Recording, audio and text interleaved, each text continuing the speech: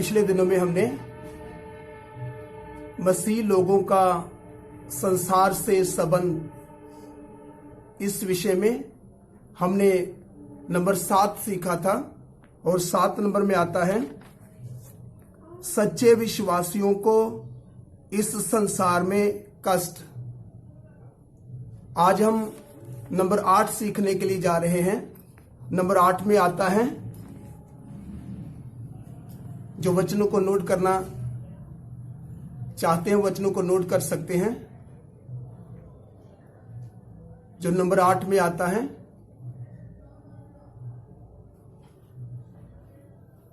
संसारिक व्यवस्था अस्थाई है।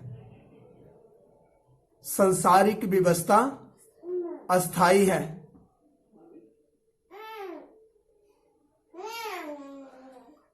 संसार की व्यवस्था मिट जाने वाली है। संसार की व्यवस्था मिट जाने वाली है। जहां थोड़े समय की है, जहां थोड़े समय की है। परमेश्वर के द्वारा नष्ट की जाएगी। ये जो संसारिक व्यवस्था है ना, ये परमेश्वर के द्वारा नष्ट की जाएगी। एक बार फिर से मैं रिपीट करता हूं, जो वचनों को नोट करने वाले हैं ताकि वो अच्छे से इस वचनों को नोट कर सकते हैं। नंबर 8 का जो मेन जो हेडिंग है, एक बार फिर से रिपीट करते हैं, सब थोड़ा ध्यान से सुने। संसारिक व्यवस्था अस्थाई है। संसार की व्यवस्था मिट जाने वाली है। संसार की व्यवस्था मिट जाने वाली है। जहां थोड़े समय की है, जहां थोड़े समय की है, परमेश्वर के द्वारा नष्ट की जाएगी। परमेश्वर के द्वारा नष्ट की जाएगी। आइए इसमें वचनों को नोट करेंगे। आइए Daniel chapter 2 verse 34 to 35। Daniel अध्याय 2 उसका 34 और 35 वचन। दानियल की किताब उसका 2 अध्याय उसका 34 और 35 वचन को हम देखेंगे। सब ध्यान से सुनेंगे।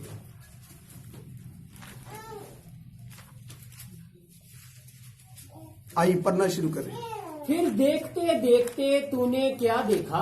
फिर देखते देखते ये दानियल जो परमेश्वर का जो दास है, नबूकदनेस्सर राजा ने एक दर्शन देखा है। दर्शन में उसने एक बहुत बड़ी एक मूर्त को देखा है और उस मूर्त का जो अर्थ निकालने के लिए परमेश्वर दानियल को इस्तेमाल कर रहा है। तो इधर दानियल क्या बोल रहा है उस राजा को? आइए वचन को पढ़ेंगे, सब ध्यान से सुने। फिर देखते देखते तूने क्या देखा? फिर देखते देखते तूने क्या देखा? कि एक पत्थर ने बिना किसी के खोदे आप ही आप उखड़कर उस मूर्ति के पांव पर लगकर, जो लोहे और मिट्टी के थे, उनको चूर चूर कर डाला। तब लोहा, मिट्टी, पीतल, चांदी और सोना भी सब चूर चूर हो गए। सब चूर चूर हो गए। ये सब अलग अलग राज्य को बता रहा है। इसलिए इधर परमेश्वर का वचन क्या बताता है? दानियल क्या बोलता है? हाँ, आगे पढ़ेंगे वचन को। तब लोहा, मिट्टी, पीतल, चांदी और सोना भी सब चूर चूर हो गए। सब चूर चूर हो गए। और धूप काल के खलिहानों के भूसे के समान इनको कौन चूर चूर कर रहा है? परमेश्वर खुद क्या कर रहा है, इनको चूर चूर कर रहा है। इधर जैसे परमेश्वर का वचन बताता है ना, आइए फिर से एक बार इस वचन को रिपीट करें। देखते देखते तूने क्या देखा कि एक पत्थर ने बिना किसी के खोदे आप ही आप उखड़ कर उस मूर्ति के पांव पर लगकर जो लोहे और मिट्टी के थे उनको चूर चूर कर डाला। तब लोहा, मिट्टी, पीतल, चांदी और सोना भी सब चूर चूर हो गए और धूप काल में खलियानों के भूसे के समान हवा से ऐसे उड़ गए कि उनका कहीं पता न रहा। उनका कहीं पता न रहा। और वह पत्थर जो मूर्ति पर लगा था वह बड़ा पहाड़ बनकर सारी पृथ्वी में फैल गया।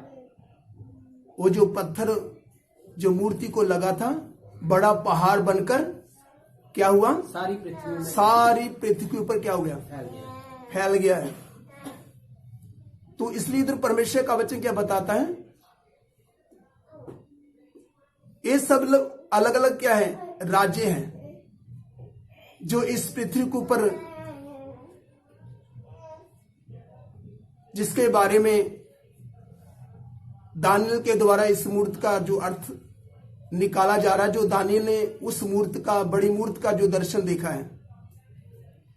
तो इधर परमेश्वर का वचन क्या बताता है, दानियल उसका अर्थ निकालकर उस राजा को बता रहा है।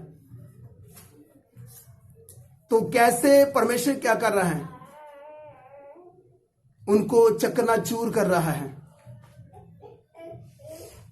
इसलिए इधर परमेश्वर का वचन क्या बताता है, आइए 44 वचन को भी पढ़ेंगे, 44 वचन को भी उन राजाओं के दिनों में, उन राजाओं के दिनों में स्वर्ग का परमेश्वर, स्वर्ग का परमेश्वर एक ऐसा राज्य उदय करेगा, ऐसा एक राज्य क्या करेगा, उदय करेगा, जो अनंत काल तक ना टूटेगा। वो अनंत काल तक बोलने का मतलब वो मसीह यीशु का राज्य है। वो परम प्रधान परमेश्वर का जो राज्य है उसके बारे में इधर परमेश्वर का वचन बता रहा है, दानियल उसके बारे में बता रहा है जी।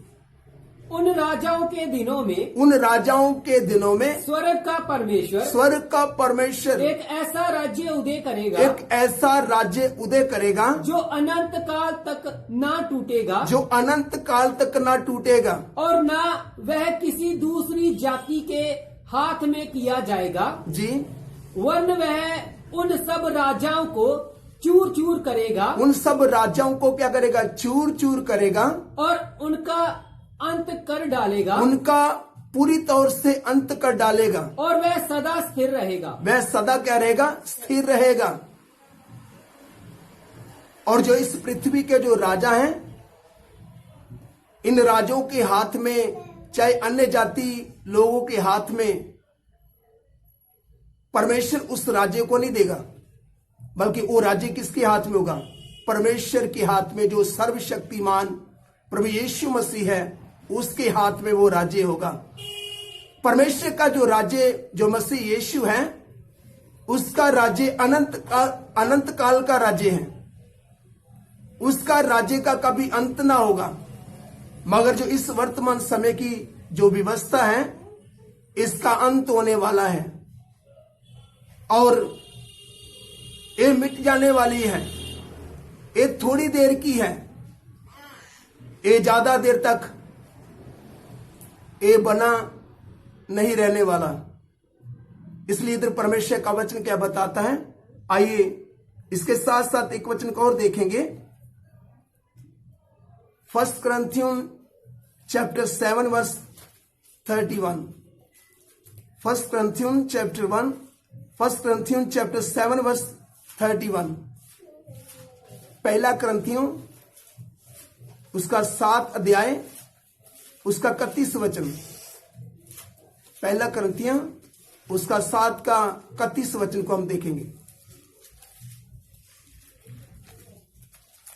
आइए मिल गया तो पढ़ना शुरू करें। और इस संसार के साथ इस संसार के साथ व्यवहार करने वाले ऐसे हो व्यवहार करने वाले ऐसे हों कि संसार ही के ना होले, इस संसार के ही ना होले, क्योंकि इस संसार की रीति और व्यवहार बदलते जाते हैं। इस संसार के जो सब रीति रिवाज हैं, जो सब क्या है, परमेश्वर का वचन क्या बताता है, सब, क्योंकि इस संसार की रीति और व्यवहार बदलते जाते हैं। सब बदलते जाते हैं।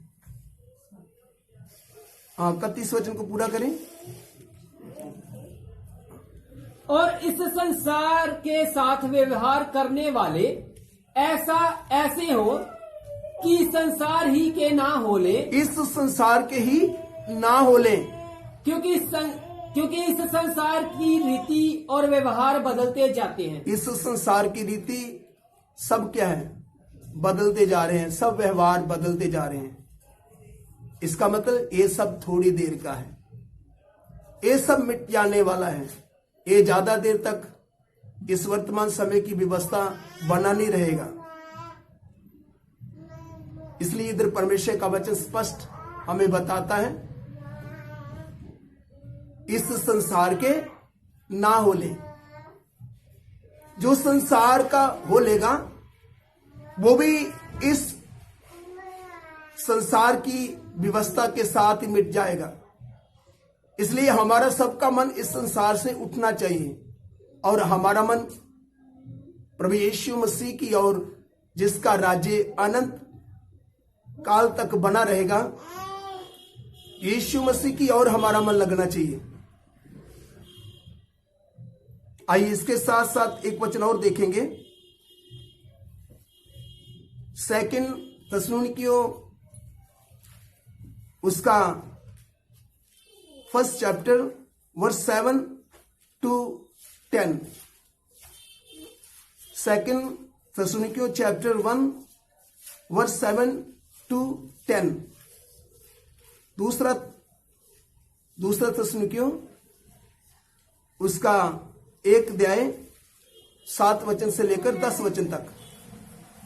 और तुम्हें जो क्लेश पाते हो, तुम जो क्लेश पाते हो, हमारे साथ चैन दे, हमारे साथ चैन क्या दे। दे, चैन दे।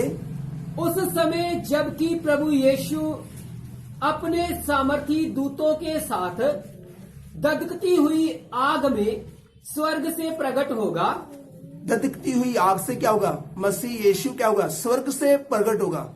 और जो परमेश्वर को नहीं पहचानते, जो परमेश्वर को नहीं पहचानते और हमारे प्रभु यीशु के सुसमाचार को नहीं मानते, जो हमारे प्रभु यीशु मसीह के सुसमाचार को नहीं मानते, उनसे पलटा लेगा। उनको क्या देगा, दंड देगा।